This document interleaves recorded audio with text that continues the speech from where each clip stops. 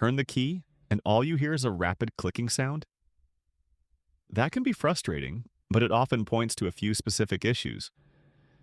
Don't panic or call a tow truck just yet. Here are 3 fast things you can check yourself before you need professional help.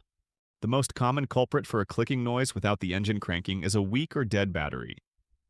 There isn't enough power to turn the starter motor, but there's just enough to activate the starter solenoid, which makes that clicking sound.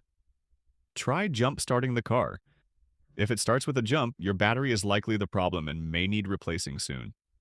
Even if your battery is charged, poor connection can prevent power flow.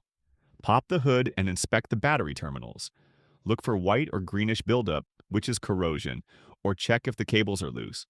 Clean off any corrosion using a wire brush or a terminal cleaning tool, and make sure the cable clamps are tight and secure on the posts.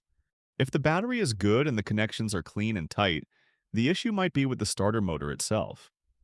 The clicking could be the starter solenoid engaging, but the motor isn't spinning.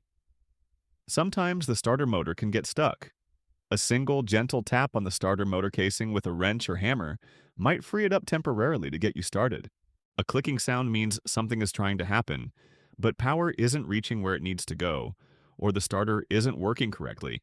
Checking these 3 things can often help you diagnose the problem quickly and potentially save you money on a tow or mechanic. Give us a thumbs up if this helped you troubleshoot, and share this video with other drivers. Subscribe to Fix Car Problems and hit the bell so you're never stuck wondering what that clicking means again.